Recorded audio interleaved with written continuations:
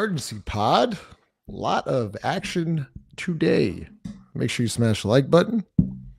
Grub, Chaz, Chris is joining later. Might have Ross, maybe Jarrett, maybe Leo, maybe the whole squad might be here. But yeah, a lot of information going on today. Pelicans make a trade, and Dejounte Murray does an interview. So let's talk about it. First took away.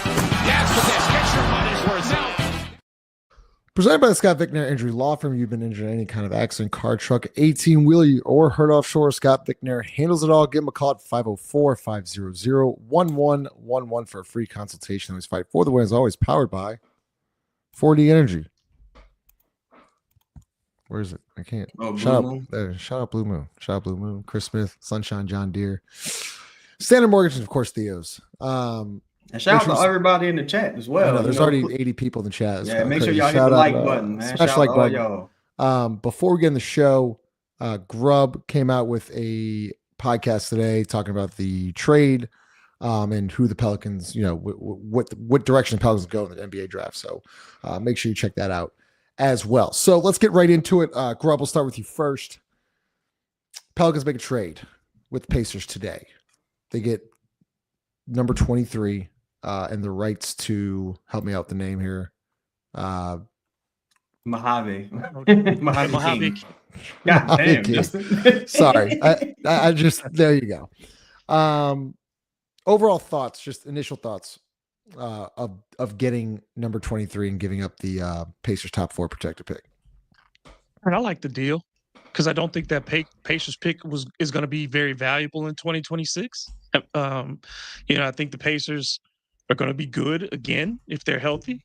So I think that pick is not likely to be in the top 4. I don't think it's likely to be in the top 20. So I don't think you're going to get more value for that pick next year. I think that the Pelicans needed to be able to get some cheaper talent on this roster because they are limited by where the cap is and where they are approaching the luxury tax. So they have multiple moves that they need to make this offseason. So again, the financial flexibility is a big part of this.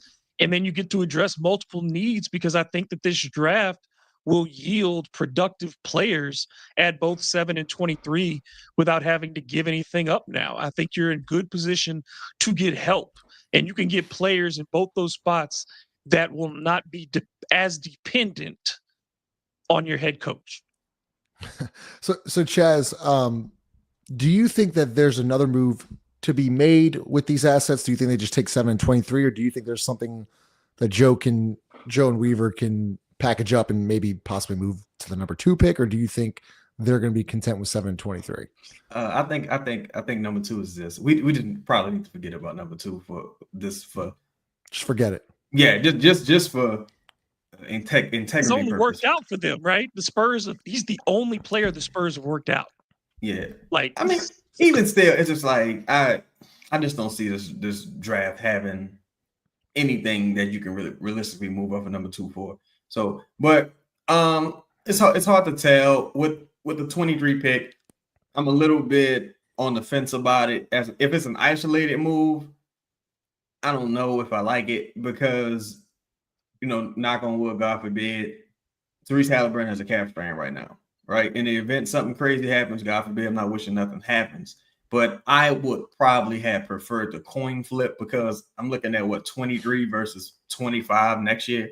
Does it really make a difference? You know what I'm saying? So it's interesting. I did want them to get another pick in this draft. I would have liked for something in the latter teens, maybe versus like 23. So I don't know. Maybe you give the guy Mojave King a second round grade, late second round grade if he comes over.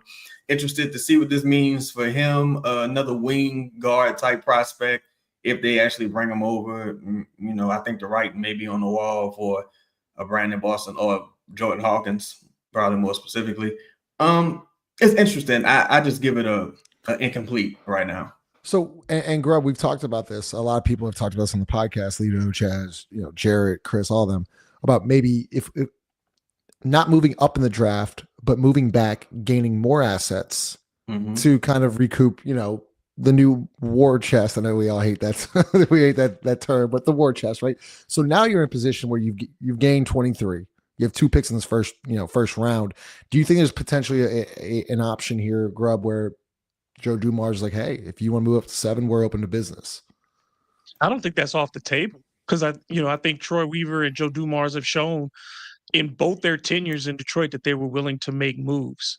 So I think that wouldn't shock me if they made more moves. And I don't think this is the only move, this offseason. I think Chaz is right that you have to see more come along, but I think financially they had to do this year in order to get better ultimately. Because I don't think they're going to, take Brandon Boston's option.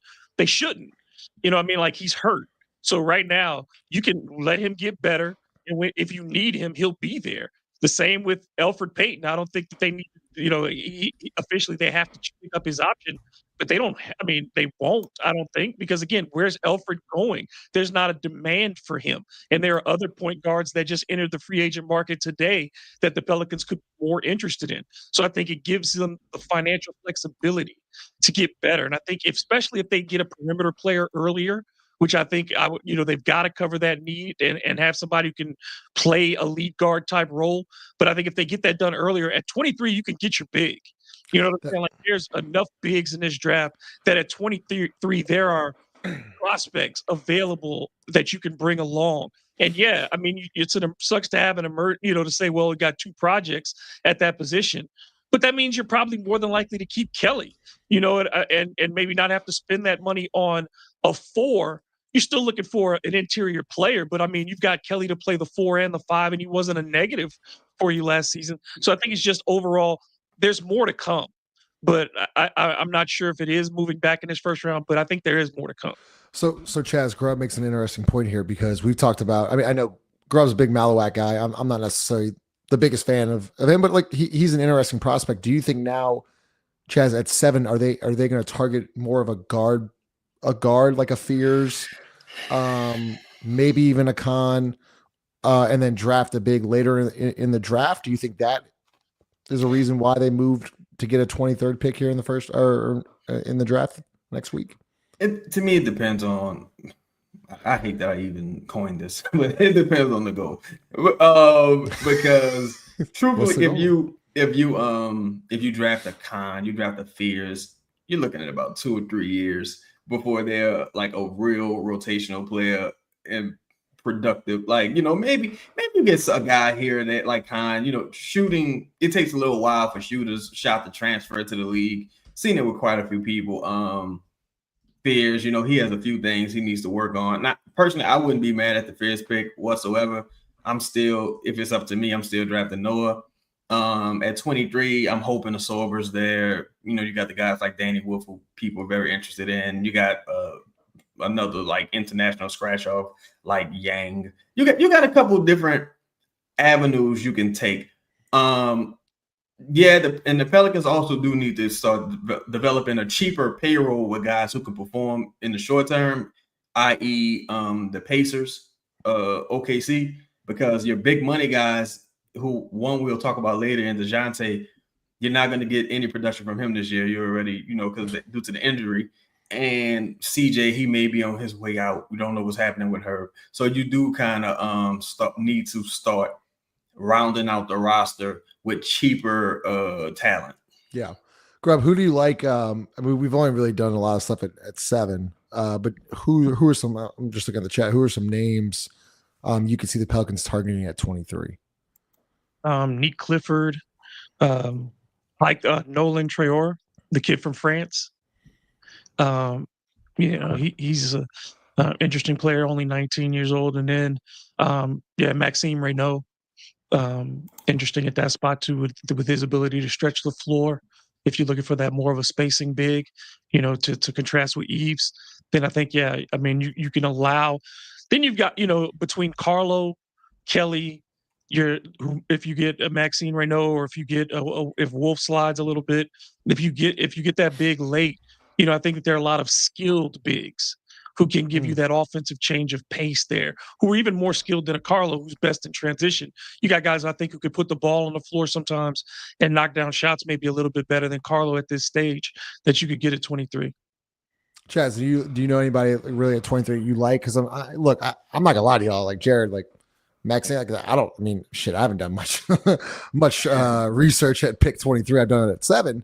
Yeah. But you have Dylan who's saying Sorber at 23 is great post skill. Like there seems to be a lot of more options at 23 than there are at 7. Yeah. To use a gambling reference, I think once you get the draft is already a crapshoot at 7. Once you get to outside of the top 3, but once you get to like 23, you betting on 2s and you betting on 4s and 10s. Now it's like you bet heavy on 4s and 10s. So now it's like trying to make that jack walk.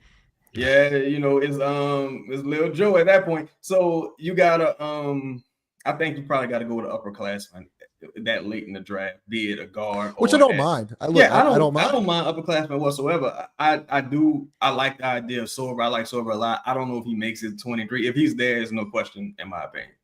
Sorber, if he's at 23, that's valuable. Ooh. Yeah, if he's at 23, I think something that happened. Multiple people then jumped, in my opinion, if he's at 23. At 7, then you like fares, get your guard, Actually, here's the one thing that can make somebody fall, though. If OKC doesn't package their picks and they don't think that they can afford all of theirs, either they draft people that they can stash overseas that could bring them ahead, take them earlier than normal in order to stash those players so that they don't have to pay them now and hold their rights while they figure out their finances for the long term. Or they may bundle those and move those to somebody else who wants to take some risks on some players and say, hey, we got extra first to play with now. We can take high upside risks, and some of those sure things maybe fall a little lower in that case. But I think that Oklahoma City will play a big part in where players fall because they've got 3 choices to make, I think, in the first 44 picks. No, 34, I think. Is it 34 or something like that? Like they have 3 picks that close together. I wanted to ask y'all this question. I'm sure one of y'all can look this up. Bukush, that guy's there. How many teams have multiple picks in this year's draft in the first round? It's the Nets. It's the Pelicans. Is there another team? Hawks. Magic and Hawks. No, so OKC. And OKC. So 5 teams. Okay. That I know of right now. Yeah. Because you keep talking about Brooklyn. They're going to package up those picks. I feel like they're going to try to make a move on something. But do you think that? I guess Chaz, my question here, and then I want to talk about Ace Bailey for a second. Is do you think that the Pelicans? Because I do think it's important to talk about. Do you think the Pelicans actually draft 2 players next week at 7:23? I think that's the most likely outcome. Given, in fact, like you say, Brooklyn has multiple picks. If you got 23, Brooklyn got like 26 and 29 or some shit. Right. Like, why stop there? Right. Gain more assets. But also I do think if you look at this second unit going into next year, it really is void of playable talent, especially considering all the injuries. And I don't know if it's what I prefer, like actual real NBA players right now. Yeah. But with the salary issues and being so void of talent, you do need cheap talent right now. But we'll see. I do think that's the most likely outcome though. So on Sunday, if you caught that show, we did kind of an NBA mock draft, and at pick 7, a lot of the guys passed up on Ace Bailey, and Ace Bailey was still available at 7. I took Ace Bailey. Today, report comes out that Ace Bailey's pre-draft workout strategy has perplexed some observers as he has yet to conduct a single known workout to date, having declined invitations from several teams within his draft range. Sources say Bailey's camp has informed interested teams that they believe he's a top 3 player in the draft, but also seeks a clear pathway to stardom, perhaps feeling comfortable that a team will trade up to get him at number 3 or 4 should he drop. Grub, we'll start with you. What are your thoughts on Ace Bailey? Obviously, we've done some film work on Ace Bailey. Chaz alluded to today in one of his earlier tweets. I didn't like some of the things he said in his interviews, and then this report comes out. Ace Bailey, I didn't say that. No, sorry, Chaz is that. I was more agreeing, Chaz. We didn't like his interview that was made public. Right. Grub, what are your thoughts on Ace Bailey? Is this a talent that you just don't want on your roster? I think when we first did film work on him, I compared him to Tim Thomas as far as like that. yeah, you think he can do all these things, but ultimately, does he love it? Does he want to be that guy? And it's bothersome to hear kids say, "I want a path to stardom." You know what I mean? Like the path to stardom is be really good at playing basketball. Like you do that, you're gonna be a star. Like you put up points in this league, you win games, you'll be a star. A team can't promise you stardom. And like it seems like he wants some. He's acting like he's got guarantees, and you see teams just willing to say that they think he's got high bust potential. So it's like you don't want to work out for people he finally scheduled to work out, and I think it's only because this report came out that he finally scheduled to work out with the Sixers. Oh, he So did. it's I like didn't we see talked that. I about it did not see then. that. Yeah, so we talked about it back then. Is like if he's falling like that, there's a reason. And you already had questions about his decision making. The reports that came out from Chicago said that they are concerned about his decision making on the court. There were reports that he was a difficult teammate at times at Rutgers, and there were reports that he wasn't always focused. And that's what they got at the combine as well. And you can say, well, he's 19 and all those things, but like the opportunity that he's had, knowing going into last season that he was the number one guy. He was the number one guy before the season started, before the Olympics, before Cooper Flag had his breakout against the Olympic squad. Until then, Ace Bailey was the guy. And since then, we've seen him nothing but fall. And it's not because people wanted him to fall. It's because he didn't win anything at Rutgers. He wasn't super efficient. He didn't play defense. And now you do this in the pre-draft stuff. And just like, why, dude? Why would you do this? Like you're costing yourself money. And I don't think the Pelicans, you think Joe Dumars wants to deal with that to start? Like he cannot blow this. And to do it with a guy that's giving you these obvious red flags, you can't do that. Yeah, I just don't understand the thought process here. Like everyone else is like every other player is working out with other teams. What makes you so special? And we asked this question a lot. Like, wow, how does Rutgers struggle with Dylan Harper and Ace Bailey? And said, well, I think you're starting to get your answer. Is that Harper? I mean, we could talk about the coach, and I've heard the coach this and the coach that. Like, if Ace Bailey's acting like this, I can imagine the struggles he had in that locker room. But Chaz, I want to hear your thoughts about Ace Bailey and just kind of his draft process. Well, the rest of that team kind of sucked at Rutgers. I need two guys. Yeah. And it was, in college basketball. Yeah, and then college basketball is such a terrible product. But it reminds me a lot of the Shaedon Sharpe situation. But Shaedon Sharpe was just such an athletic phenom coming out of high school, whereas Ace Bailey he's got a lot of things against him right now. I mean, his height was already off to a bad start. Yeah, that was one of the main selling points as it pertains to him, and it's like, all right, you can never mind that. So that's going. It's a rough interview, and sometimes, and you see this with leagues like just NFL, WNBA, wrestling, anything, like any professional space.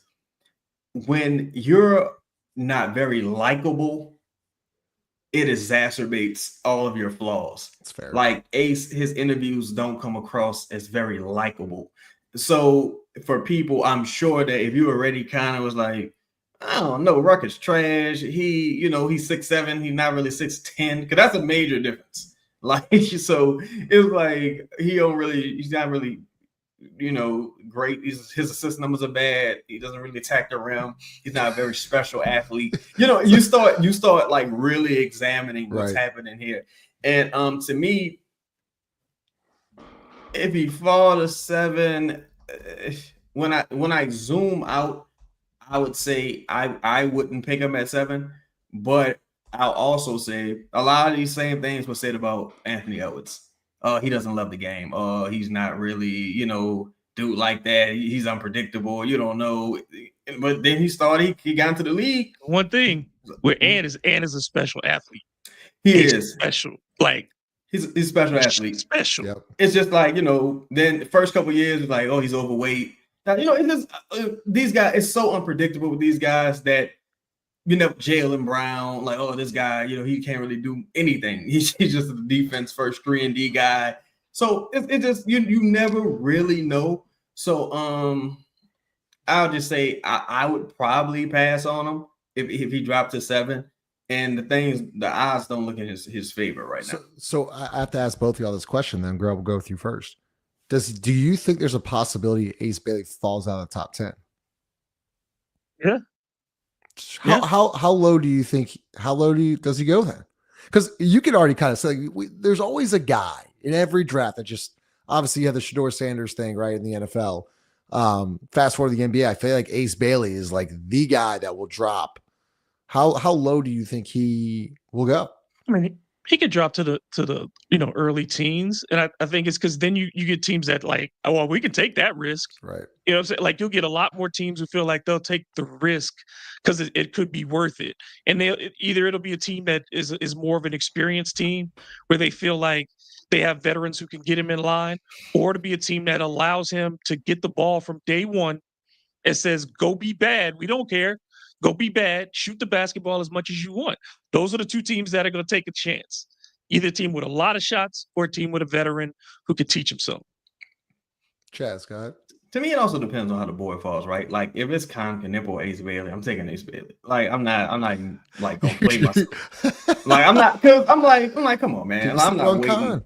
Yeah, no disrespect to Con, but I'm not waiting till Con's 24 years old, all right, nice Austin Reeves.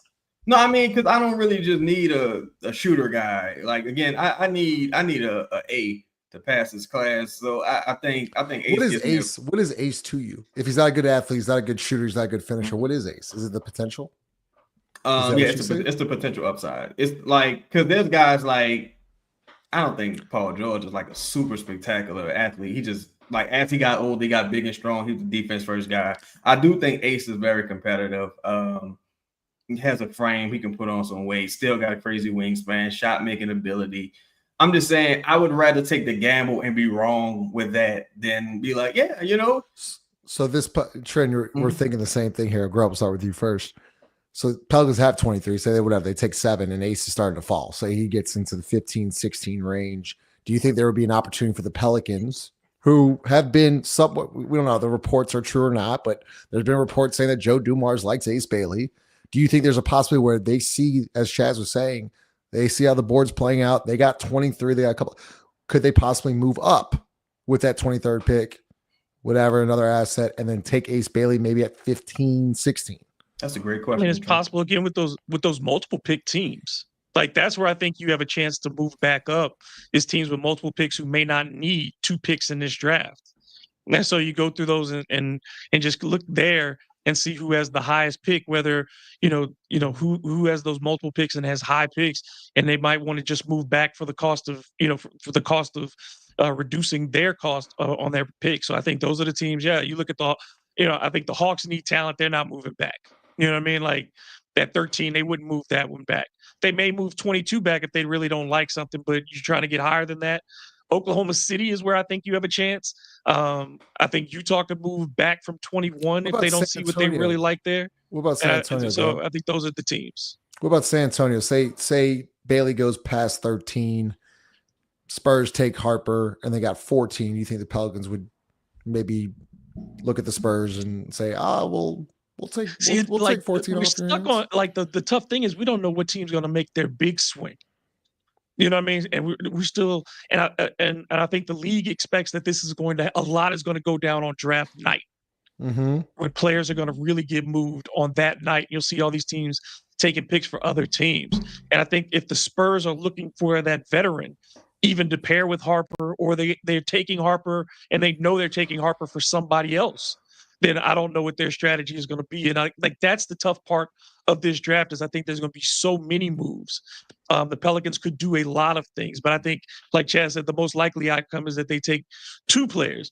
The second one is probably, if we're saying which one is more likely to get moved, the second pick would be the one I think either gets moved up, like you said, or I think they could move back and try to take it later in the first even and get a second round pick too. And maybe try to do that as well, because I think there's some high value second rounders. So I think those are options as well that are on the table. I think the Hawks are, no pun intended, you're ace in the hole, right? Because you have to consider the Bryson Graham connection. Yep. And I'm like, if Eve Messi for 13, I'd do that. Like, I don't care who I'm drafting at 13 at that point. Like Eve Messi or Hawkins for 13 and 23. let's do it. Let's do it. And so that's one that I would really look at. Clint Capella, free agent now, I believe. Oyeka is still probably better at a 4, small ball 5. And again, Bryson Graham, he made the Messi pick. That pick worked out for him.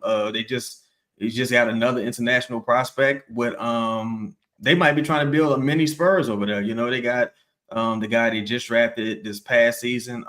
They got Dyson. You add Messi, hey, you got cheap labor over there, and these guys they're performing well. And, Johnson's still hurt, so you're gonna need some young guys. Maybe you want to take a scratch off ticket in Hawkins, but I think the Hawks are the target if you want to trade up. I'm just trying to think. I think Portland's 11, right? Yeah, I think so. Because I'm just looking at I think Toronto's 9, Portland's 11. Who's 10? I can't. I'm just interested in those teams now, Chaz, that you mentioned. I don't think you're trading into the top 10 with 23. It is Houston. 10's Houston. Like, they're not going to take Ace. Well, I'm just trying to think what teams would take Ace Bailey. Like, would Houston take Ace Bailey? I think some teams taking best player available. Because if you the Rockets, you gotta consolidate anyway. You just drafted Reed Shepard at 3. You got Jabari, you gotta pay. I know that Toronto pick's been mentioned in a Kevin Durant trade. So I mean, you're looking for a point guard.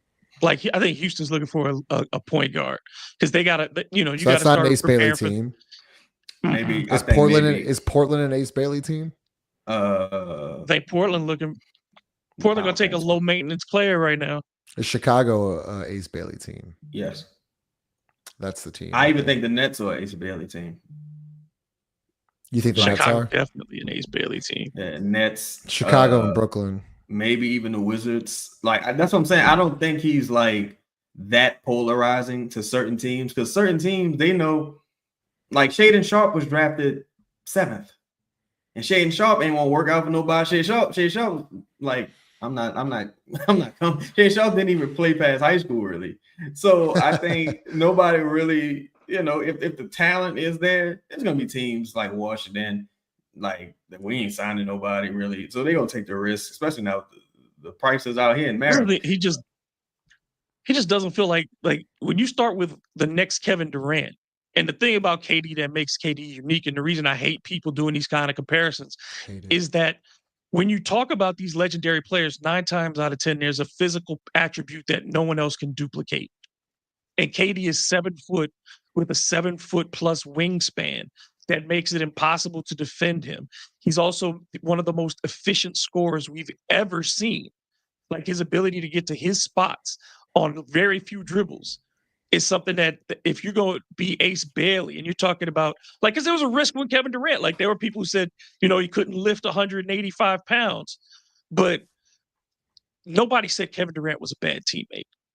You know what I'm saying? Like, nobody said Kevin Durant had an outsized ego. And I think, even with the Shaedon Sharpe, like, again, Shaedon Sharpe had the athleticism that jumped off the page, and you were like, look at him physically. And I don't think Ace Bailey gives you anything that is superior athletically. And to be great in this league, you got to have one superior athletic skill. And I think even when you look at a Trey Murphy, Trey has superior athleticism for a player at his position. And I think the same thing with Zion, the same thing with LeBron, the same Steph Curry is a physical part of that is physical. You know what I'm saying? Like, that can't be replicated.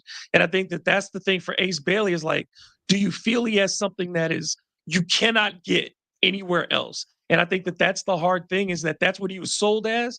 But I don't think when you watch the film, he feels like that. That's fair. That's totally fair. I think NBA draft night's going to be.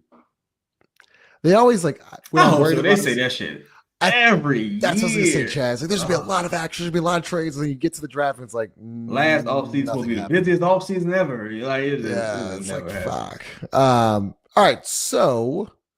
We got 235 people in here. Appreciate y'all. What's the likes looking like? Corey, can you give us we got smash the like button.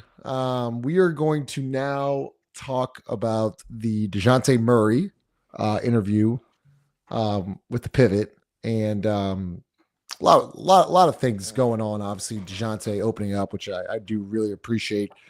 You know, giving an insight of what he went through last year, and it was obviously a really, really tough year for Dejounte. Yep.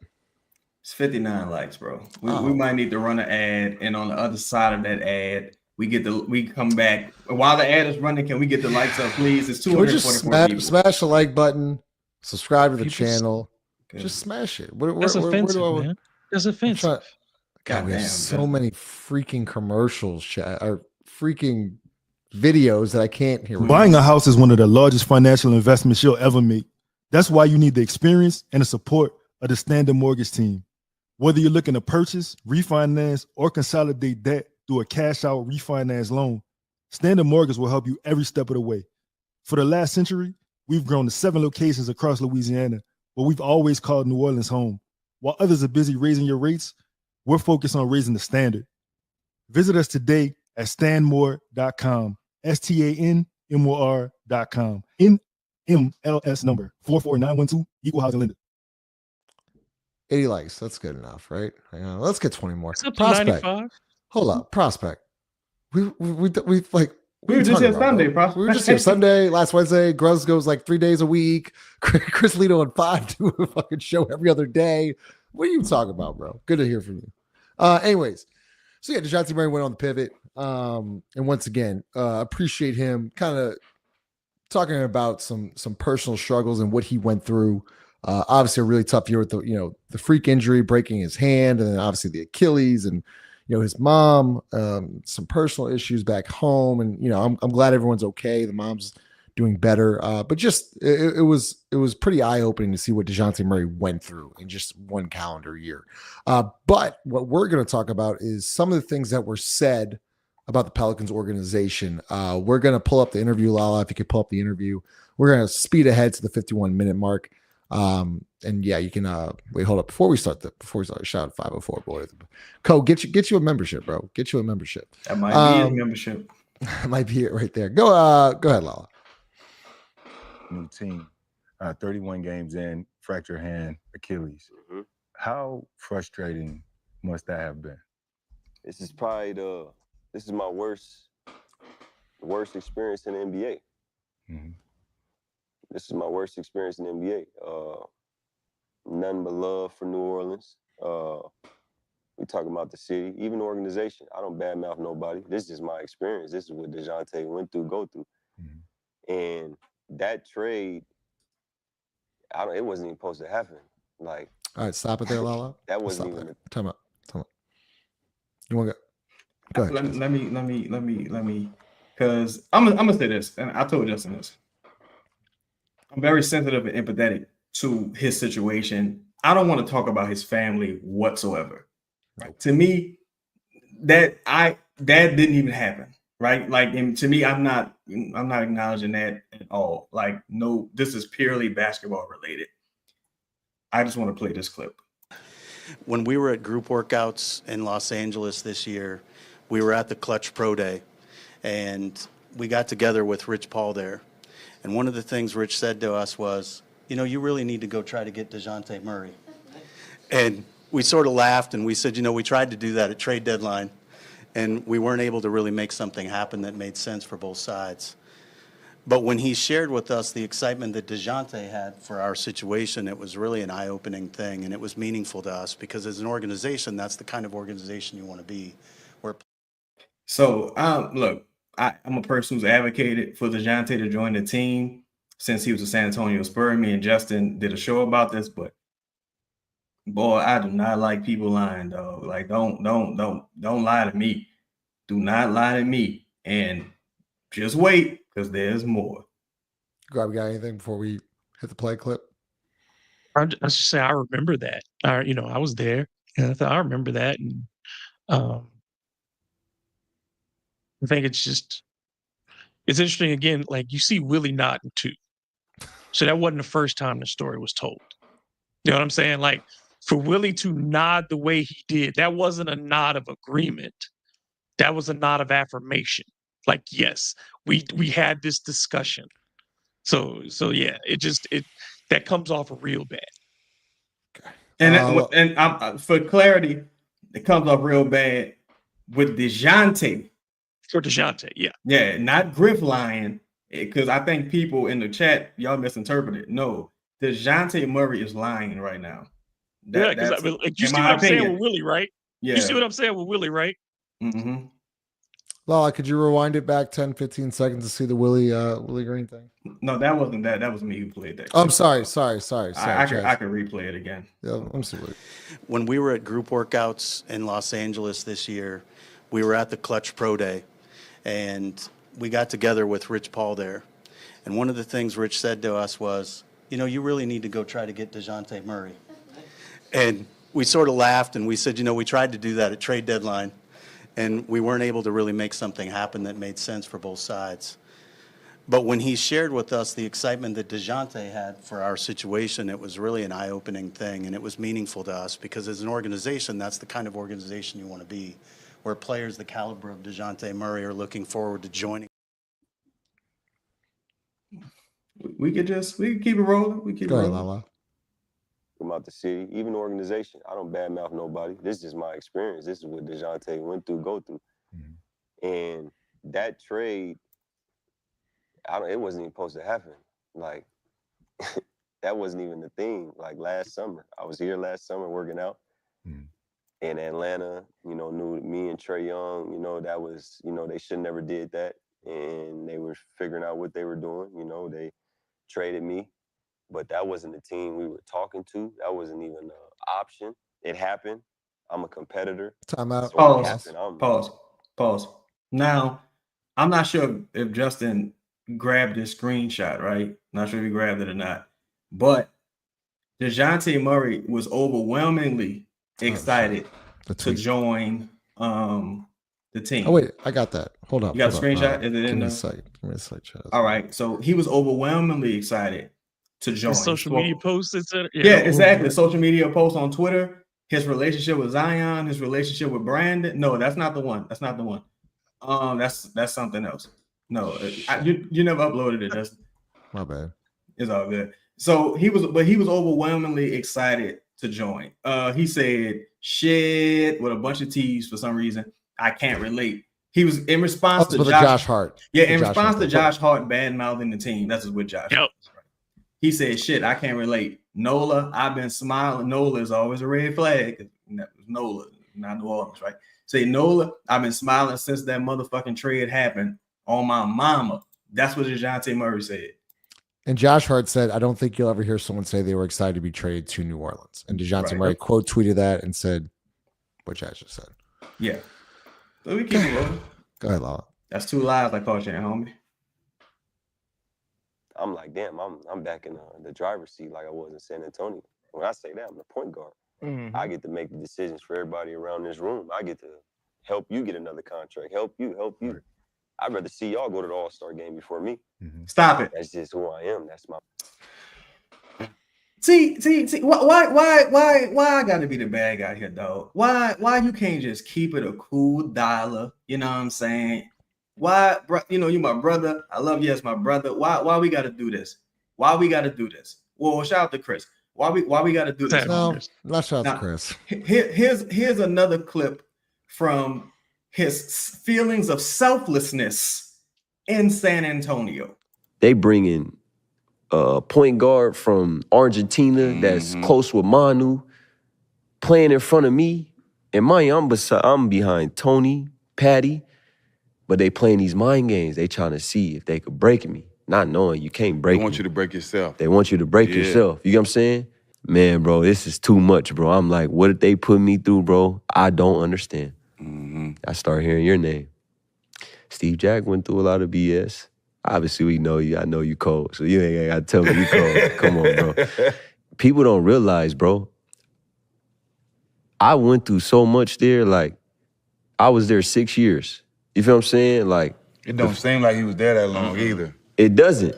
I feel like, really like, and they know I feel this way. I feel like they really like, they drafted me, but they feel like. It's just, all right. Go ahead, Lala. My mentality, that's my heart. You know what I'm saying? So You know, at first I'm shocked about the trade. You know what I'm saying? I'm like, damn, I'm going to New Orleans. I remember when Hurricane Katrina happened, and I was like, man, I'll never go there. Time out. Now, this where shit get real at. Dejounte Murray's 28 years old, I believe he said. So you were 8 years old when Hurricane Katrina happened. No, matter of fact, you were probably 7 years old, because the anniversary of Katrina hasn't happened yet. So you won't go there. You won't go there, cuz? And then they paying to Ryan Clark. Shout out to Ryan Clark. You from Marrero, but you ain't gonna check him on there. Like, hold on, Slime. What the fuck you mean? So you was 7, 8 years old, and you knew, boy, when I get big, I ain't going to New Orleans. Like, so you watching CNN and Fox News, and that's what you think. Man, get this brother out of here, man. Get this brother out of here. Saw the Saints win a Super Bowl, right? The Saints win a Super Bowl. Has seen all these things happen. Chris Paul was the second round. You know what I'm saying? Like, he saw the events come through the city, all that stuff. No, come on, man. Like I said, 8 years old. He's 8 years old. Come on. Nah, get homie out of here, man. Go ahead, Law. True story. And it happened. So it's like, what you gonna do about it? You know, and moving's never easy for any professional, any person in life. You know, you got a family at that. If I was by myself, it would be smooth. Mm-hmm. We got kids, my lady, you know, my brother's coming with me. So it's a transition that we got to do together. And when I say my experience, man, it was bad, man. I get to New Orleans, you know, training camp's good. Like, I feel healthy, everything's good, and I'm excited about what's about to happen as far as our roster and how camp went, and everything went downhill. From that team you didn't want to go to? My mom had a stroke 7 days before the first game. I leave. I go back to Seattle. I'm with her. She wake up out of ICU. She gets in the room, and we're watching I remember yesterday, we're watching the WNBA finals. She's just crying, man. She's crying because I'm right there by her side, and she's just crying, and she can't really talk. So I'm like, damn, why you what's going on? You good? Like, you gonna be good. You good. I'm right here. We all here. Family here. She pointing at basketball, like, you need to go play. You know what I'm saying? Like, these is women playing. No disrespect. Like, I'm one of the biggest fans of WNBA. She's looking like, right. So I'm like, damn. I'm like, you want me to go play? She's like, yeah, go play. She's just pointing. I go play. I go back. I ain't played basketball my whole time up in Seattle. You know, it was about 12, 13 days I was up there just with her every day. I'm in the hospital with her. Not even thinking about basketball. It's my mom's life. I never seen my mom. She's in ICU. This shit is real. You know, I go back to New Orleans literally a day before the first game without practicing anything. I go play because not only my mom wanted me to go play, there was that guilt that you talk about. Yep. This team traded for me.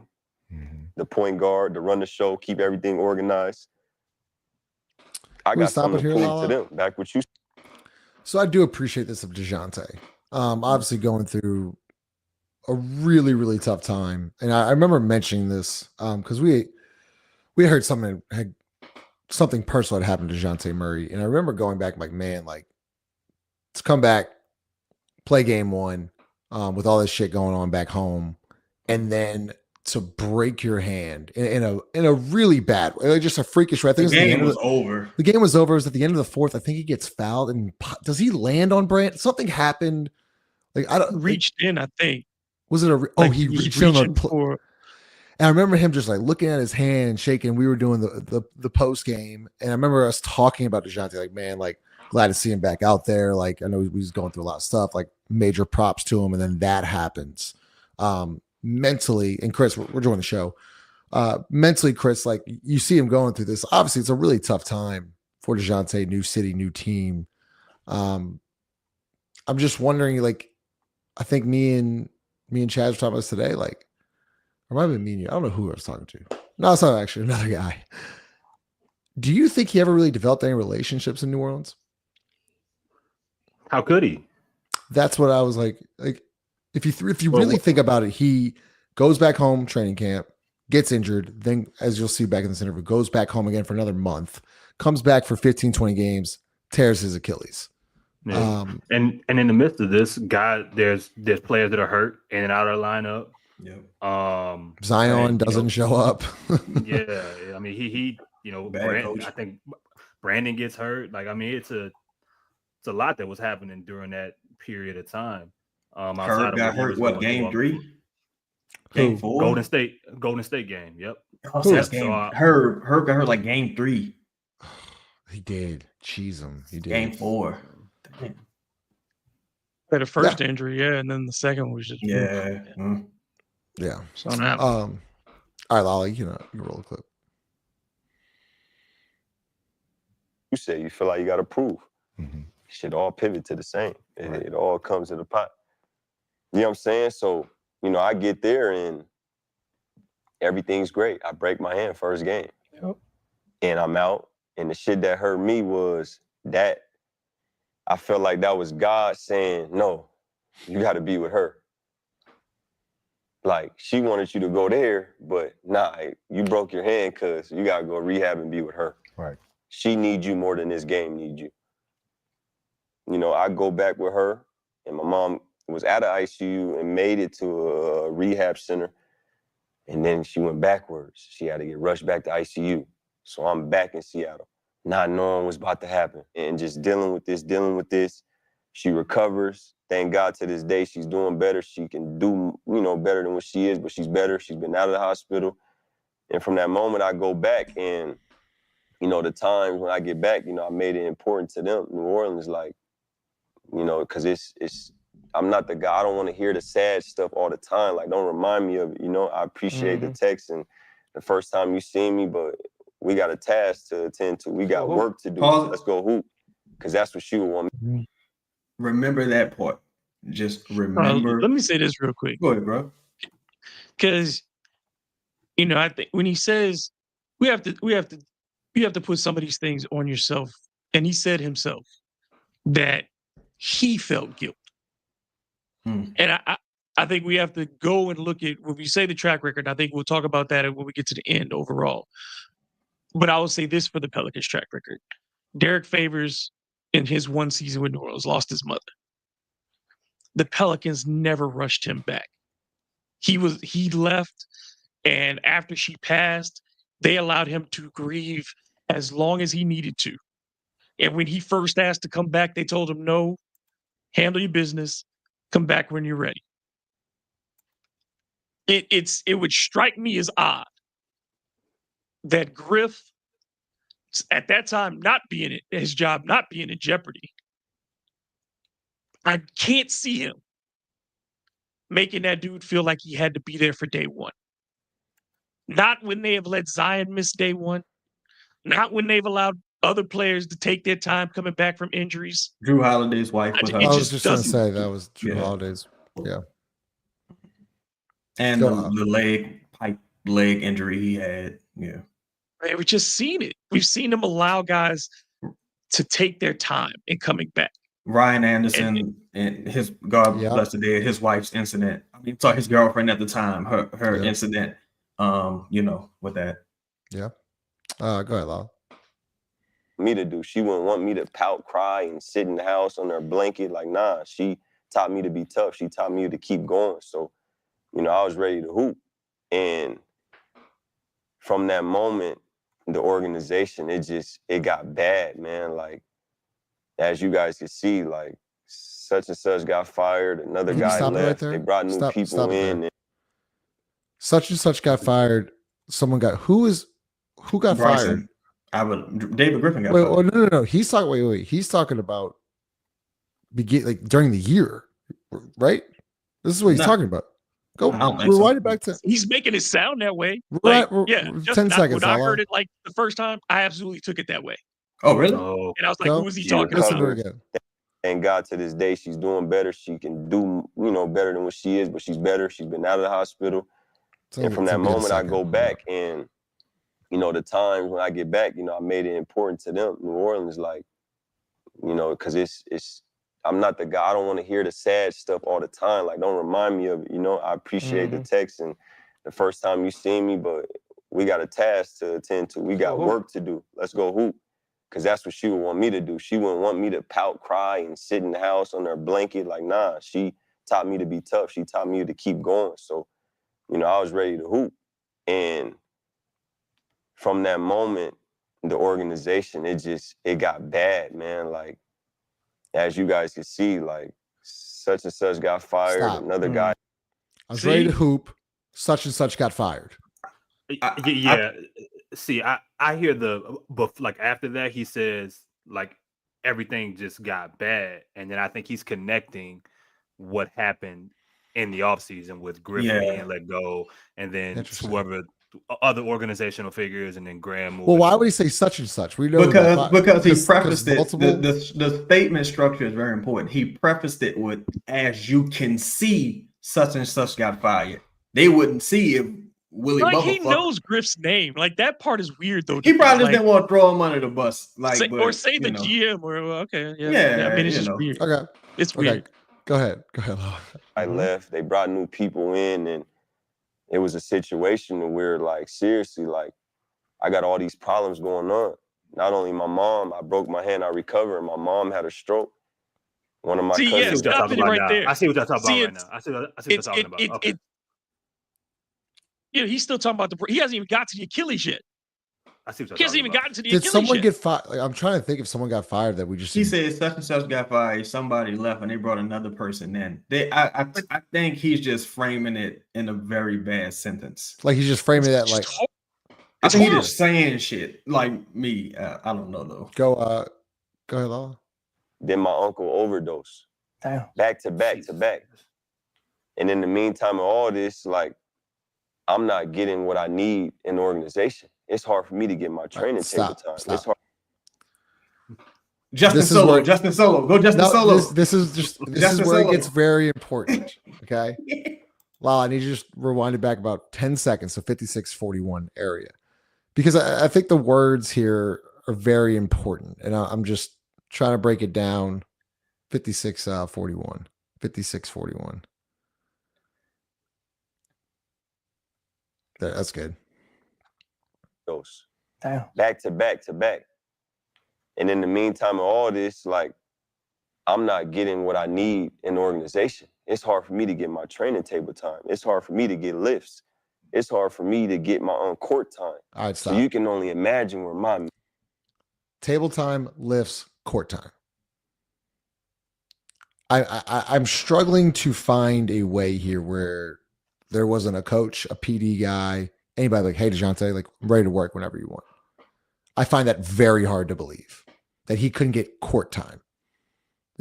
He has access 24/7. These coaches, I know a bunch of them.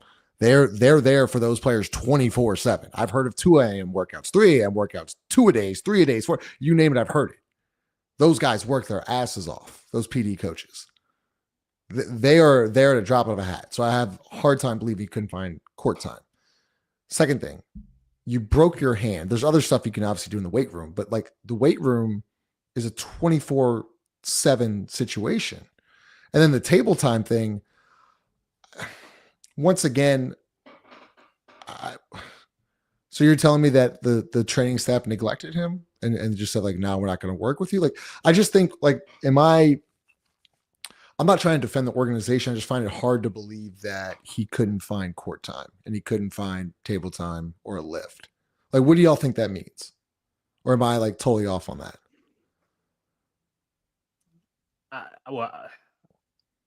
So I've heard he's not the first person that I've heard allude to, like, in regards to training time. Maybe there's other guys in the particular moment that have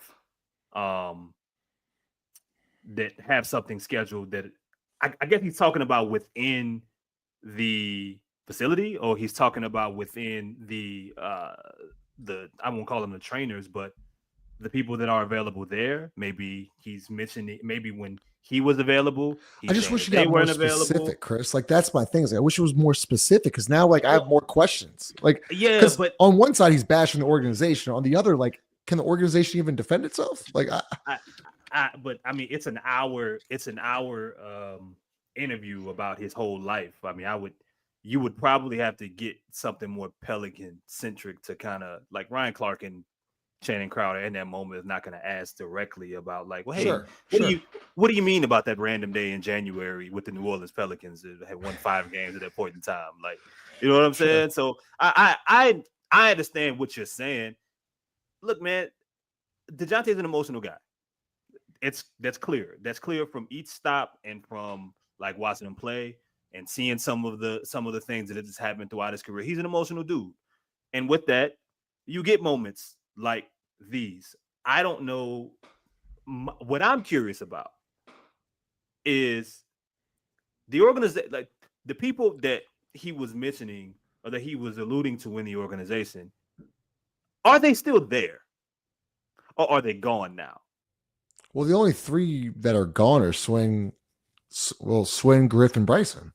I mean, a couple other people have left, but like nothing like that would affect the training table, a weight room, or on court time. Look, I take it. He described, and you still have a responsibility to speak facts when you were talking about some of these things. But we're talking about a dude that just described a lifetime of tragedies and traumas in like a 4-month period.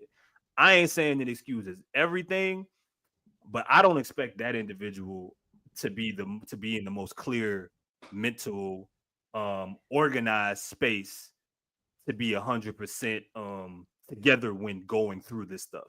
This is, hopefully at some point there will be a media day for stuff like this. Maybe there will be other interviews that take place. Maybe there's a different forum for him to go into further detail about some of the things that he's talking about. But I'm gonna give him a little bit of grace, or a lot of grace, for explaining a year that I don't know many people in my world that would have survived at all, let alone trying to go back to his job. But outside of talking about the injuries, I ain't talking about the injury. I'm talking about all the other shit. So. That's fair. Do you look? That's totally fair, Chris. I totally agree with you. But do you think that is this possibly over exaggerating, or like? Because here's my thing. I don't think the Pelicans are a good organization. I've said that for years now. Like people keep saying other players have said this. Was there another player that said something along the lines of this? I would be. I've heard they're a stepchild to the Saints. I've heard that kind of stuff. I haven't heard players not being available or players not being able to get on the court in the training room. I expect there to be some exaggeration with what he's saying, or him misspeaking on a few things. Yeah, I've heard. Go ahead. Chad. I'll just say real quick because I know you got more than me. So I was just gonna say, like to me, the thing that starts it off is the early part, and like Chaz played earlier with him, just going back to the beginning of this, and when you start with the genesis being wrong, of just the whole circumstances of the trade, with that being inconsistent, it now makes you an unreliable narrator. Like I have to take everything you say now, like more than just with grace. I got to take it with a grain of salt, and I can't put you in line with some of these other guys, because at the very least, with it, if AD's talking about his experiences or DeMarcus Cousins talking about their experiences, they were talking about it having been through it in a way that was, I guess, what felt like more honest about the whole situation. Like we could all see AD's point. You could see Boogie's points. You could see even like when Tony Allen went off and was real funny about everything, you could still see what the joke was. This one feels like, and I don't want to psychoanalyze anybody. Lord knows I've had enough of that done on myself. But I would just say it's tough when you start off in the wrong place for me to ever get on your side now when you say the rest of these things. I do think from an emotional standpoint, sometimes things can be misinterpreted. And that's why therapy is very important. Now, given all that the brother's going through, especially with these injuries and family matters, I hope he is seeking some sort of therapy and just has someone to talk to. I don't think this is the best platform for it. I think, you would need a lot more time to collect your thoughts because, man, like truthfully, I'll just say this. I know you aren't telling the truth here. it ain't something I'm kind of like, you know, I don't know, maybe, who knows? Like if you told me, if he said I was misdiagnosed, 100%, 100%, I'm with you. I'm riding with you. Can't nobody tell me different. I'm riding with you. But I'm not sure that you, much like Zion, Herb to a degree, and other players took full advantage of the training opportunities that were presented to you. And I'm being very political saying this. I'm not sure the resources that were made available to these guys from a physical therapy training standpoint. I ain't talking about motherfucker with no knife cutting on you. I ain't talking about no doctors. I'm talking about from a rest and recovery PT training standpoint, being in the best shape possible to go out there and do what you need to do. I'm not sure guys took full advantage of that when it was presented to them. And in hindsight, now it may be presented well. I didn't feel welcome. That's why I didn't take advantage of it, or I wasn't in the right mind space to take advantage of it. Like you get what I'm saying? So I don't really know. Got a lot. Mental is that. Stress. I'm stressed. I'm mad every day. I'm sad. I'm angry. I don't want to be there at that time. Like it's so much going on. You know what I'm saying? And it's crazy. The day I tore my Achilles, I'm in the car with my brother driving to the game. All this stuff is just wearing on me because I'm seeing something that's going on that I've never experienced in the NBA. The NBA's always been the ultimate professionals. Stop. In everything. Time out. All right. Now, back to regular scheduled messages. Okay. Now, here's the thing. Dejounte has a pattern of doing this when one can say, well, he's still with the Pelicans, but like, is he really? Because this strikes me as a man who knows he's leaving, or, you know, hey, I don't know, maybe. But this is what Dejounte said immediately after leaving the San Antonio Spurs in response to a fan's comment. So this fan said, fly, little birdie, good luck getting to the second round. At least we got picks and we're building around Keldon. Now, this fan is clearly out of his mind. But this is what Dejounte said. This is what Dejounte said in response. He said, the way that system's set up, you're going to be losing for the next 15 years. The problem is bigger than basketball.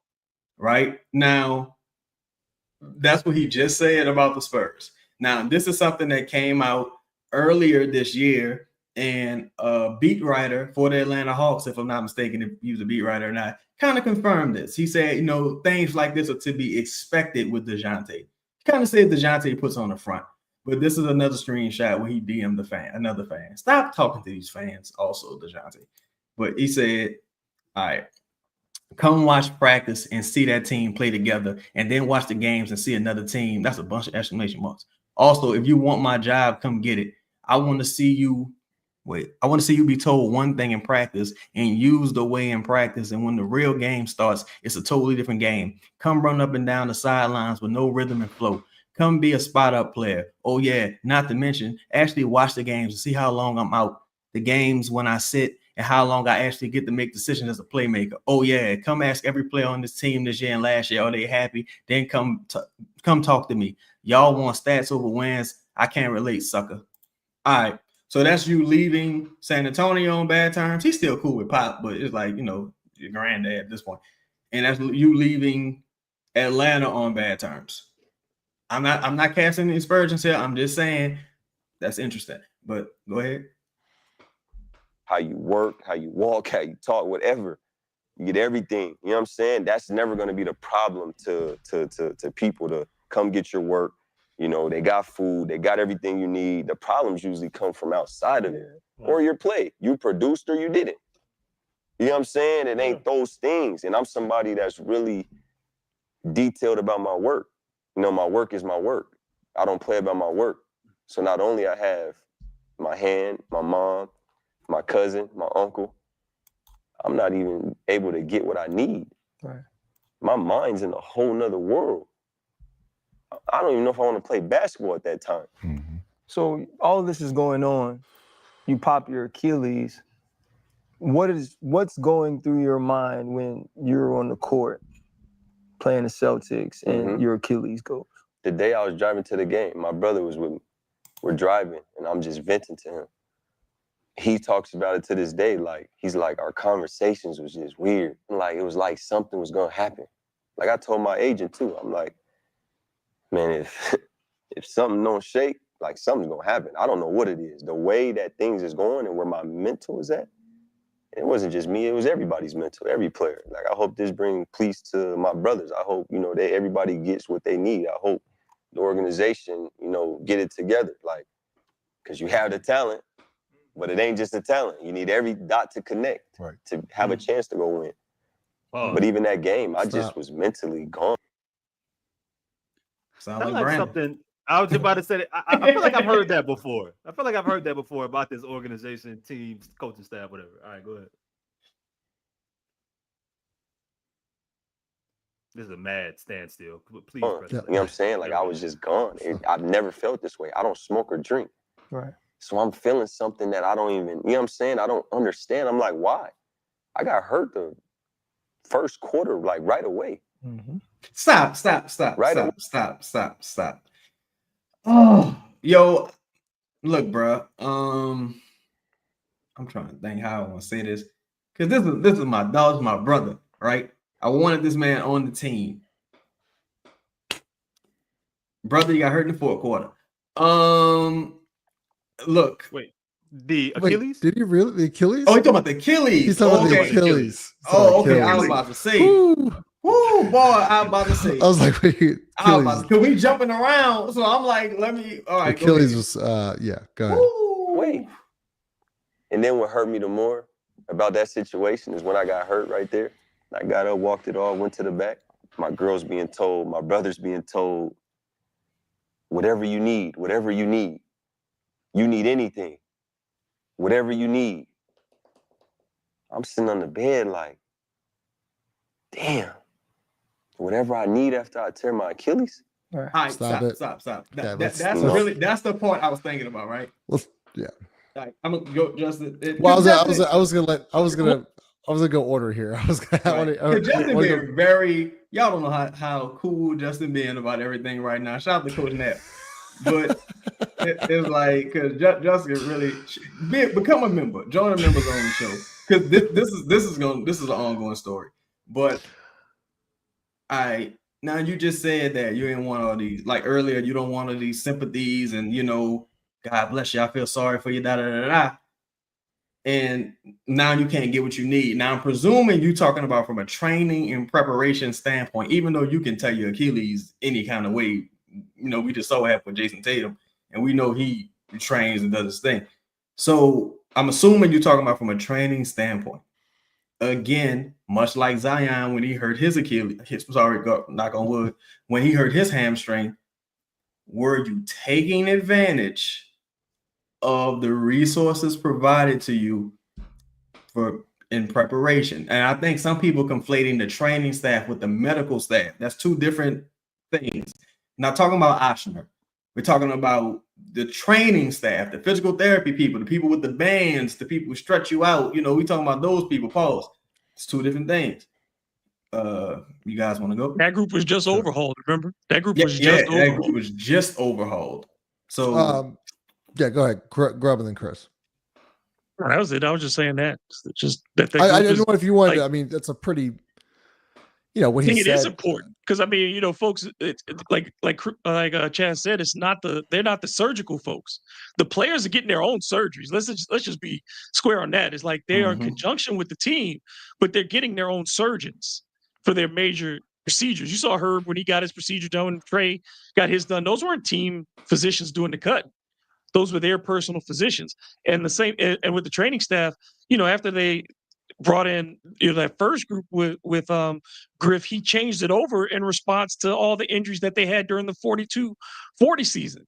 So they had brought in a whole new squad with more people. Remember, they added to the staff of the day-to-day training staff.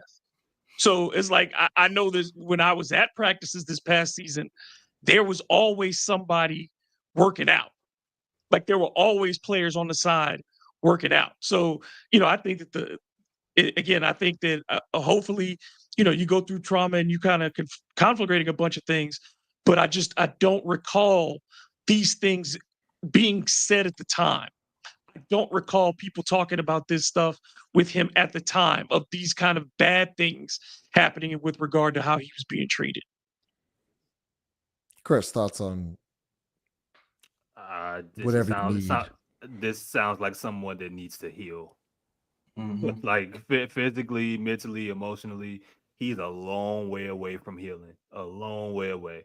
And to me, like, he even said it throughout this interview. Like, there was moments where he was when he was angry. There was moments when he was, when he didn't want to he didn't want to be in New Orleans. There were moments when he was questioning if he even wanted to play basketball. That, like, he was going through a range of different emotional intervals, all within a basketball scene. Sometimes physically there, sometimes back in Seattle. Like, I think Chaz or Grubb said it. This was not the forum. There was a bunch of interesting things that may ultimately be true about an organization that, in some respects, don't always give you the benefit of the doubt to necessarily support or go against what he's saying. But once again, due to all the different things, the combination of tragedies that man went through last year, I'm taking. How easy? Look, I might not have anything going on with me, and I might not be the easiest person to deal with on a day-to-day basis. I just might not be having a good day. I might be on 3 hours of sleep. So I can only assume if you throw in an overdose, a stroke, a murder, and multiple injuries, you definitely are not the easiest person to want to deal with. And who could blame you? Who could blame you for that particular time? Like Dejounte, man, we talked about it last year. He probably should not have been playing basketball. He probably should not have been. He should have been playing game one. He should have been playing game one. He should not have been playing basketball. This is someone that needs to heal. Some of this shit may be true. Some of it may not be true. But inconsistencies are not. I can only take so much from this because he got a long way to go. And right now you watching him vent. This wasn't. This was therapy. This was therapy. This wasn't an interview. I'm sorry. Well, I wanted to ask this then. Like, do you? It's a hard question to answer, but do you feel like Dejounte feels like he's not coming back to the Pelicans, or like, with the way he's kind of talking? Or do you think this is just kind of once again like an emotional rant? This is a perfect segue because it ties directly into the point I was going to make. To Chris's point, I feel like this is more so just his modus operandi when he's ready to leave a situation or has left the situation. As a standalone, like if I didn't have, even knowing what I know concerning the things I feel like he's not being truthful about, if this was the one-time situation, I would be like, well, shit, damn, it's crazy, But you got it. We happened with the Spurs. It happened with Atlanta, and there were several media people that were kind of like, "Man, y'all gonna see, when it comes to Dejounte, y'all gonna see. He starts off like this all the time. That happened. I'd be remiss if I said that it didn't happen. There's a saying that I really appreciate. When you like for himself, even when in terms of like taking personal accountability about things, so you start with yourself because your ears are the closest. You know what I'm saying? When you're giving advice or when you're complaining about other people, start with yourself because your ears are the closest. I'll say for him, he strikes me as someone who does seem to point a lot of fingers. And I think it would be best to just end this relationship now. Don't wait, just end it now. There's nothing to salvage here. Sometimes things just don't work out. It's not anybody's fault. It's not his fault. The organization probably could have done some things better, especially considering who was running things prior. It was a freak injury. The man didn't want to get hurt. You know what I'm saying? He got a lot of real life shit on his plate. And like Chris said, I think the brother needs to heal. I just think it's best to end this relationship now. Grub. I think so too. I think you can't come back now. You can't come back now. Like how can you come back in the building? Because there's enough people there that either feel some kind of way about what he said because they won't agree with it. You know, they say, "Well, I was here and I didn't see it that way." The head coach is there, who's going through his own stuff and all these things. I think you can't introduce this to what is already a very combustible season. You know what I'm saying? Nobody's going in secured. Willie's not secure. Zion's not secure. Trey's not secure. Nobody's secure. The future is not secure. You're going to add this on top of it, trying to bring him back and get him acclimated to something that he is now associated with a bad thing. He has associated his whole experience with this franchise, whatever it is. You know what I'm saying? And like, I can't judge him for that. All I can say what the reality is that you see a dude who has decided this isn't working for me for whatever reasons, all the reasons, none of the reasons, some of the reasons. He's decided that it's not working for him. So it's just let's move off because again, you've likely seen the best of him. You've likely seen the best because when he comes back, is he going to be even? He wasn't super explosive while he was with the Pelicans last year. He didn't give you the athletic advantage you thought you were going to get while he was playing. You saw bad decision making. You saw poor shooting. You saw, and even with all the emotional stuff on there, he wasn't playing well defensively. He wasn't playing well offensively. It was a bad year. So maybe it's just for everybody. I think it's just the best thing to move on sometimes. Like I said, it's a bad marriage. It ain't gonna work. Everybody just walk away. Yeah, but I mean, Chris, I'll let you go here in a second. But like, once again, like, yeah, we can end the relationship, but how are you getting off the contract? Like, 2 years left, right? Torn Achilles. Like, you're going to have to give up assets. So, I mean, for a team that shouldn't be giving up assets, we were literally just talking about this. He ain't playing. I know. I mean, at the very least, you can get don't like just as Joe Dumars. Like, I can't imagine. Like I'm just trying to think what Joe Dumars thought of this interview. Because my guess is that, like, I feel like shit, it wasn't me. I wasn't him. Right. But Joe probably knows. Joe dealt with Dennis. What's that? Dealt with Dennis. Joe dealt with Dennis Rodman. Sure. He was there for, and to think that he's not empathetic. Remember, Dennis went through the parts where he was sitting in the parking lot in Detroit, ready to kill himself. Mm-hmm. You know what I'm saying? So I don't think that I would take Joe as somebody who's going to take somebody's mental health lightly. But I also think Joe's not going to try to keep somebody where they don't want to be. Blue Jay can't. I mean, yeah, Zion's been a disaster. First off, Zion's been a disaster. But Zion's the number 1 overall pick. Like, also, you got it. Like, Zion is generational. He puts up generational stats. Like, there's a difference between Zion and Dejounte. I'm not trying to take a shot at Dejounte. He's a torn Achilles. Dejounte's not coming back until maybe late December, January. And when he does come back, as we've all talked about, he's not going to be the same Dejounte Murray. So you lose another year of Dejounte Murray.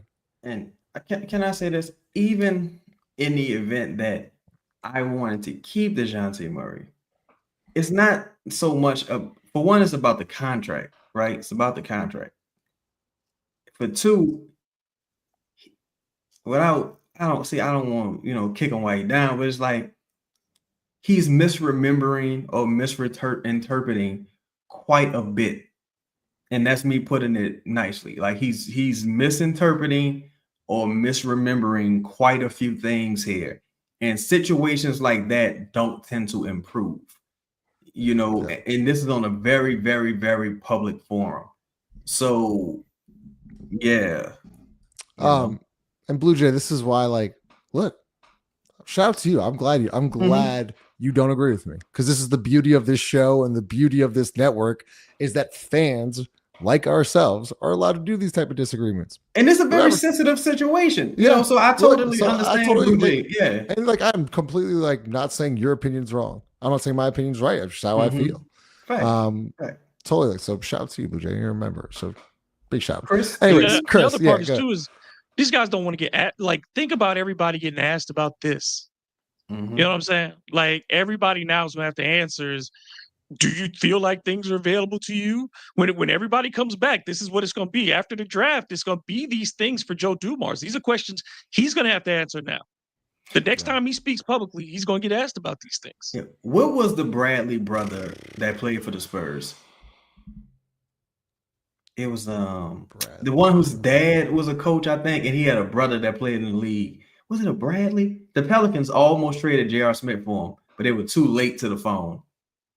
Damn, I can't remember real name. His last name might not be Bradley, but he was a white dude. He had a goatee, and his brother was bald, I believe. So I remember this was like he was interviewing Anthony Davis. After Anthony Davis, it was like years of Anthony Davis not playing no games. Right? Barry, right.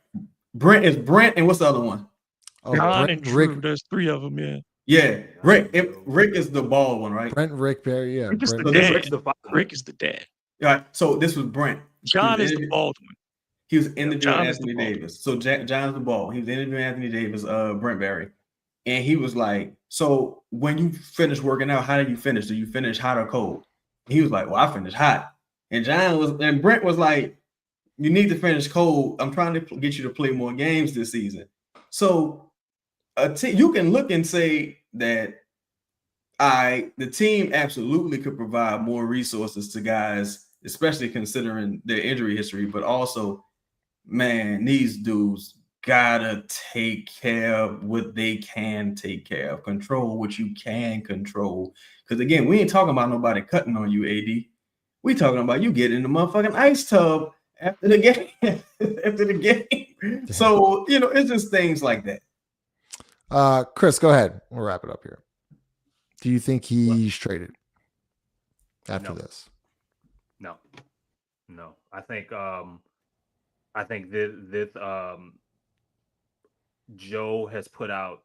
I mean, he's been a fire extinguisher pretty much since he's gotten here, and I don't think he's going to stop. I think he is going to evaluate. He's going to take a lot more time to evaluate some of these things. He's going to have a conversation with Dejounte. He's going to have a conversation with others. And maybe there may come a time if it's something that the Pelicans can take advantage of. But I think the issue with this is like we can view this and see the inconsistencies and the things that don't make sense and the things that maybe aren't factual.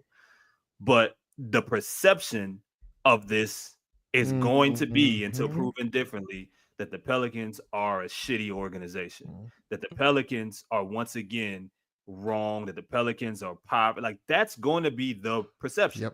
Yep. No one, like we got 316 people in here and we're doing a great job, but the masses are not going to be talking about the things that we're talking about, right? It's not going to happen. So because of how, like, I think the PR element of it, because of how it's going to make them look, oh, Dejounte came out and told the truth. They're not. I don't see them. I don't see them for PR reasons trading them right now. Chris, there's one quick question. I'm sorry. Go ahead. One quick question.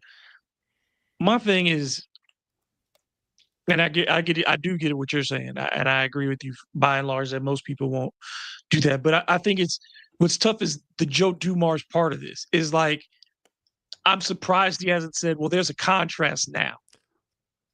Like if he's talked to Joe about what his problem was, like that would be my question. Have you brought up what didn't work for you last year with Joe? And if you had, you would hope that there would have been some reassurance by Joe already that it's not going to be like that now. Whatever you need is going to be available to you. This is going to be first class all the way. We're making sure that whatever our players need is going to be there. I'm surprised then that wouldn't come up in his conversation to say, as bad as it was, this is coming. And so I'm encouraged for year 2.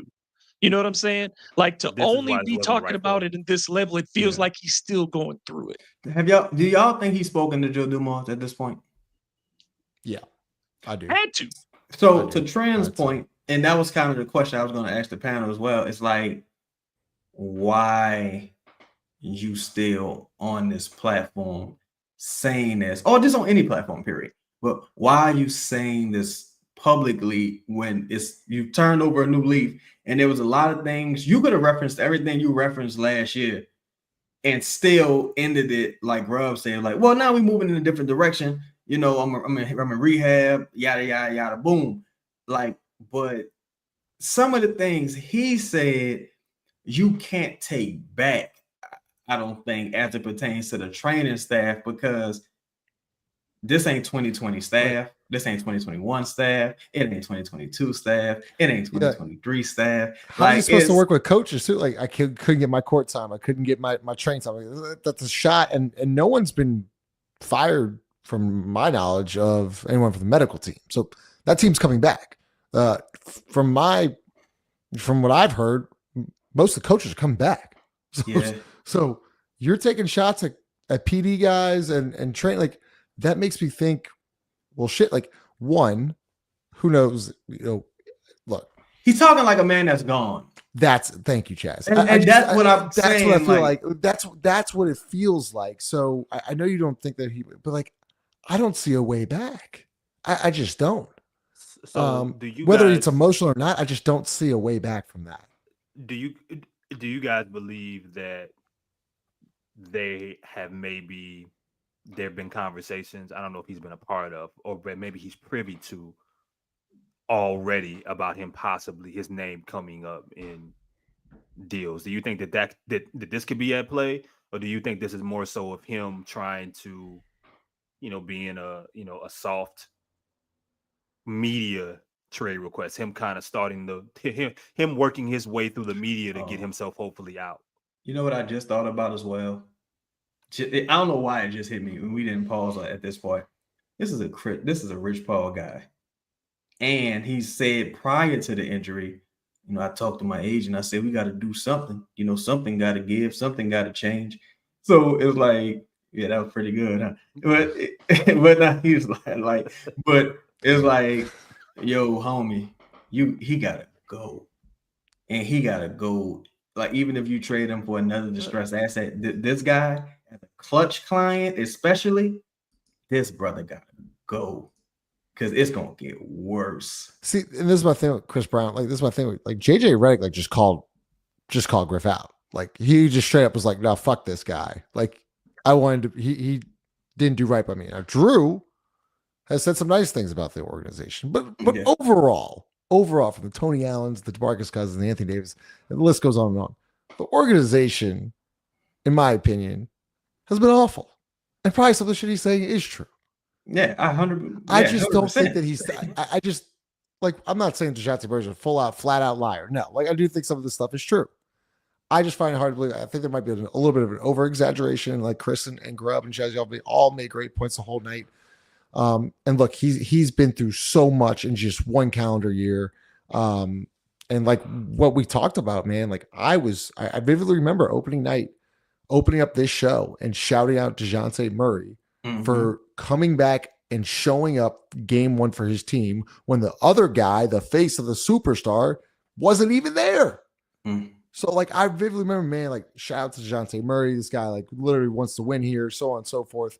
And it just was bad break after bad break after bad break. And after listening to Chris, like, yeah, this is just not the right platform to discuss this, because I do think there's a lot of over exaggerations. No, because if it was the platform, someone brings up Joe fucking Dumars. Okay, you mentioned the guys that were fired. Right. Like, hey, what about the new guy? What about the new guy? What about Joe Dumars? How have your conversations been with him? Like, it's so good to have a former player in that leadership position to talk to now.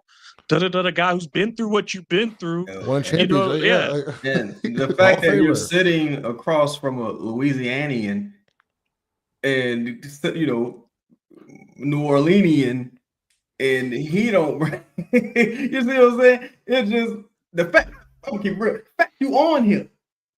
The fact you even on here, it showed me that Rich Paul is at play. Because who like, yo, we gotta get Dejounte Murray on the show. It's like, who really doing that, considering his injury in the year he just had? So it all looked like a political move. This seems extremely scripted. Clutch ain't. You just saw Peja Stojakovic say, look, they had us under the AK-47. They robbed us blind. Clutch ain't help us at all. This is we know the script. Even with Brandon, like, you know what I'm saying? Brandon, when Brandon said, "This is the worst ankle I've ever heard in my life. I've never seen nothing like this. I've never seen anything like this." Like, it was like, dog, come on, like, yeah, this is a clutch move. That's why. So this is stage one.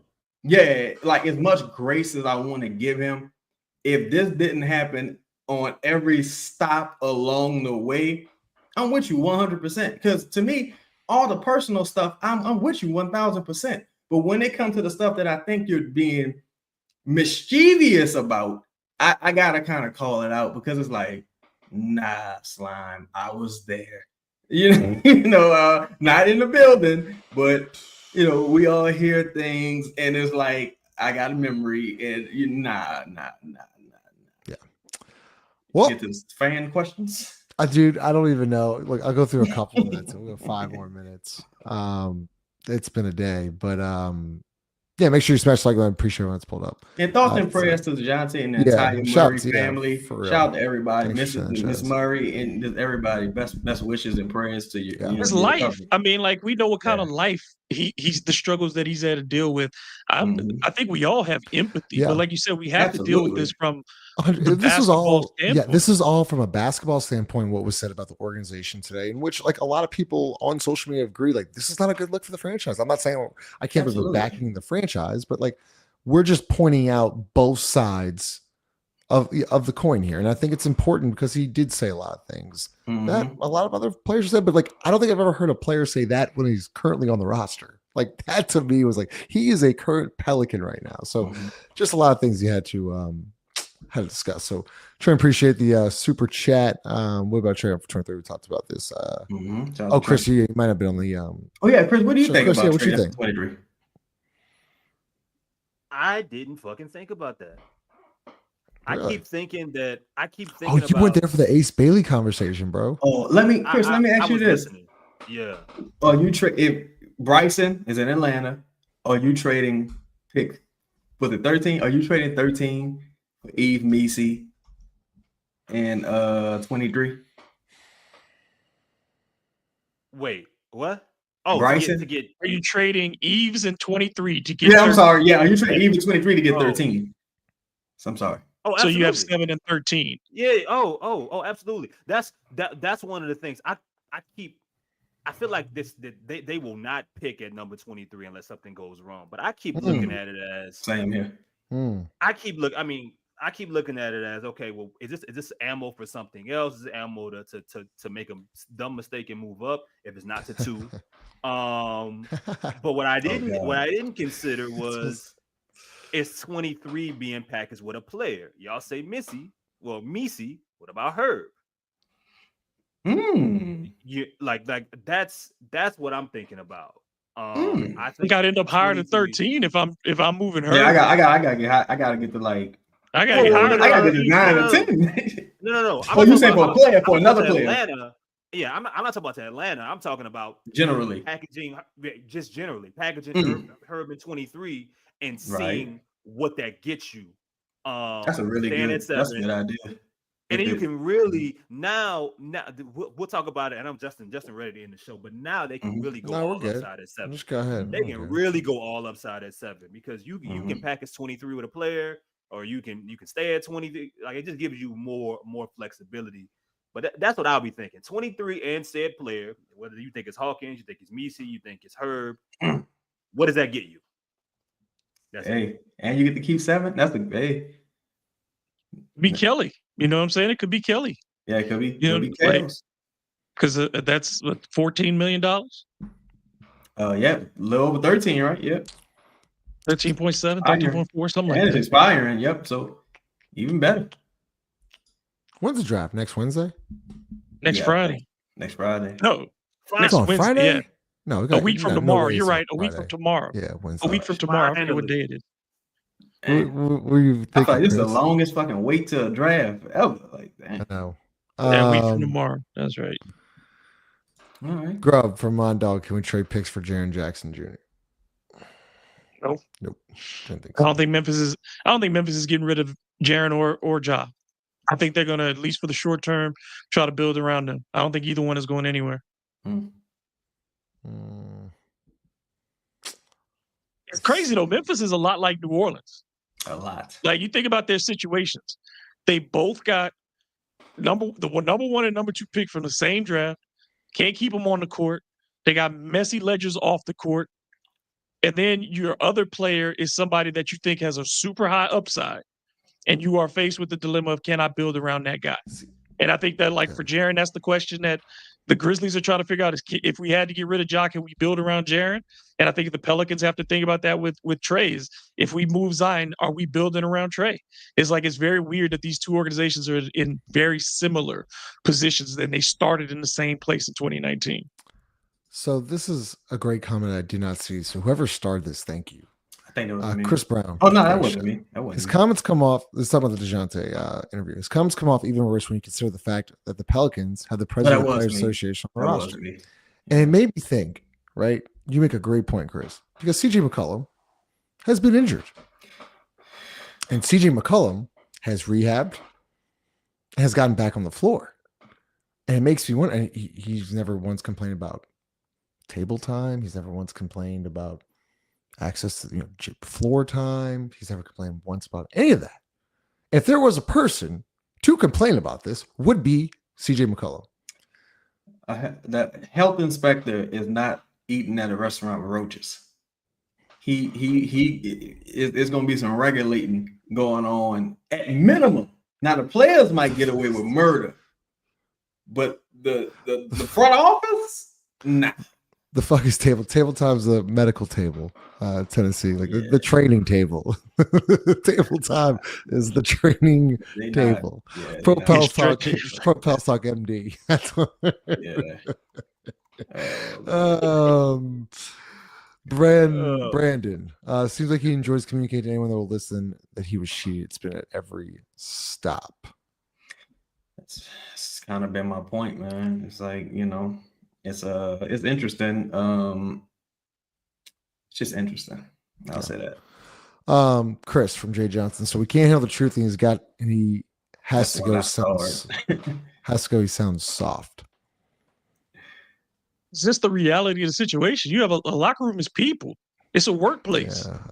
It's a workplace, and it's more than just like, oh, he said stuff. It's like, you look at everything, the totality of it. He did not have a good season last year. He does not seem to want to be in New Orleans.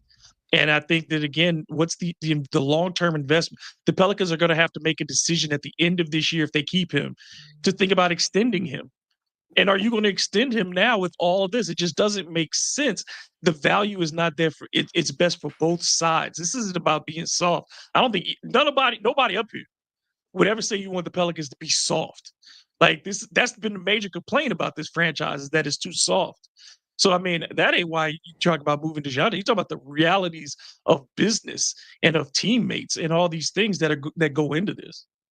And Jay, I started your question, bro. Truthfully, if I don't get offended on other people's behalf. So what I will say is, if I believed he was telling the truth, then that would change my perspective.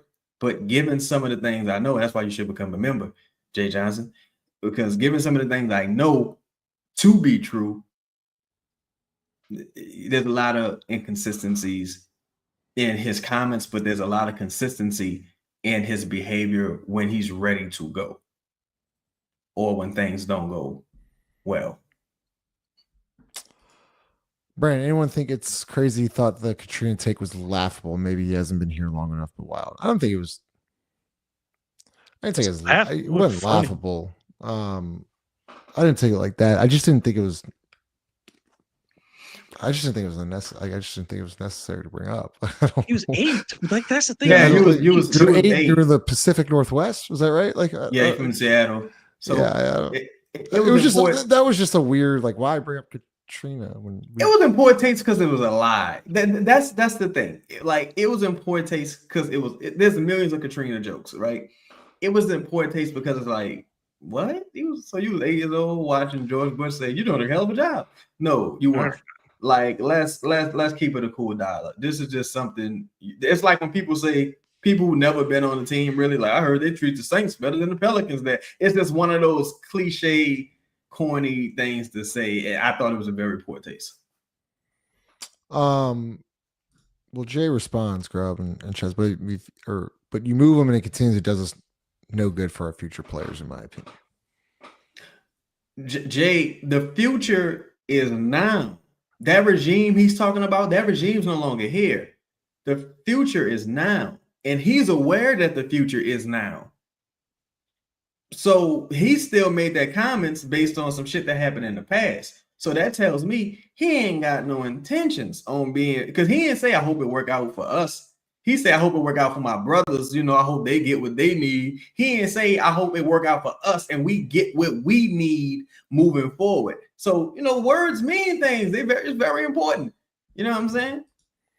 Chris, Bucher always catching flack for being too negative about the team. It's not about the criticism. We criticize the team more than anybody. Murray just blatantly lying about certain things.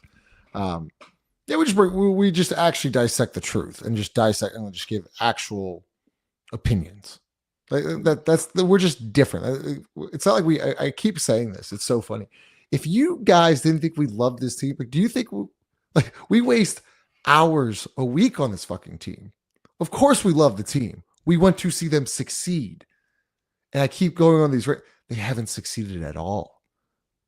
We keep celebrating 49 wins like we won something. Did you see what the Memphis Grizzlies GM said the other day? We had 48 wins. Wasn't enough. Move on. We got to get better. We had 49 wins. We're ready to throw the fucking ticker tape parade. I mean, seriously. Let's just line up the floats on chop and just let them go. I just want better. I want more. I want the bar to be higher. Mm-hmm. I want former players and current players to stop talking shit about the city and my favorite team. Mm-hmm. So the reason Chris Paul ain't never came back here. I want the organization to be better. That's all. And just covering the team, I will tell you, it's not fun covering a losing team. No. You know what I'm saying? Like, nobody wants to go to you run out of questions in November. You know what I'm saying? Like, we were done with questions in November. We were just trying to find ways to get through the last several months of the season. Like, I don't want that again. I would love to be around a winning culture and a winning team. It's so much more stories to cover. Yeah. Facts. Shout out to Five in the building. What up, Five? Shout out to Five. Hour 42. That was a show. We were supposed to go 45 minutes. What do you got? One super chat. My dog Zeke. What we got? The 5-piece. The PR hit on shipping out. The PR hit on shipping out a guy with mental health would be bad, but I'm so tired of hearing how bad our medical staff is. They got 2 pro teams. Shout out to you, Zeke. Shout out to Big Money Zeke, man. Yeah, I don't. Didn't the Saints hire somebody? Shit, Rizzy had him stretching and working out, so maybe that was the solution. The Saints hired some. They probably did. It's turnover it's always turnover with stuff like that. Yeah. So yeah, smash the like button, subscribe to the channel. We got a lot of stuff going on. The draft, of course, will be live next week, covering 2 picks, 7 and 23. We're hoping that they move. You never know. Could be some action on NBA draft night. It's a 2-day draft, correct? So it happens when it's a 2-day draft. Yeah, you don't remember, bro? Bro, I hate that they do Thursday. 2 rounds. Day. It's insane, bro. Y'all didn't know. Y'all don't remember that last year? Chaz, you remember doing Antonio Reeves at like 2:30 in the afternoon? I do remember that. Yeah, bro. So it's Wednesday night and Thursday day at like fucking 2. Well, we ain't got no seconds Wednesday right night now. Cover? The second round, right? We'll say it again. Wednesday night's first round. Split into 2 rounds. Wednesday first round on Wednesday, second round is Thursday. Oh, the NFL the second round has a NBA ass. The NFL is whooping the NBA's ass. Why would you? That's the worst thing you can steal and copy. Start the games on time. Fuck. The best thing about the draft was that it was done in one day. That was the best thing about the NBA draft. The best was the lightning round, the second round. Like, it's like, all right, 3 minutes. Let's go. Like, but Chaz, that pisses me off the most. When the NFL says kickoff's at 12, it's at 12. It's at 11:59. When the NBA says tip-off's at 7:30, that shit's at like 7:53. Yeah. Like, it is crazy. Smash the like button. I'll see y'all. I'll see y'all soon. Sunday night. Grub dropped the show yesterday, today. He's dropping on Thursday. Chris and Lito, y'all gonna do any other prospects? It's Chris and Lito. Chris, y'all do any more prospects at 23 now? We got to now, man. It's Got a to. lot more fun players to talk about now. I mean, there's unlimited options. This Carter Bryant territory. Ooh. that's really Carter Bryant. That was 23 is Ivory's Get the film guy. up. Maxime Renard territory. Hey, Jay, for real, appreciate you, man. Appreciate all you, brother. y'all. Thank you, No, Jay. for real, appreciate everybody, guys. Thank you, We all will y'all. see y'all Sunday. All right, guys, appreciate it. All right, y'all.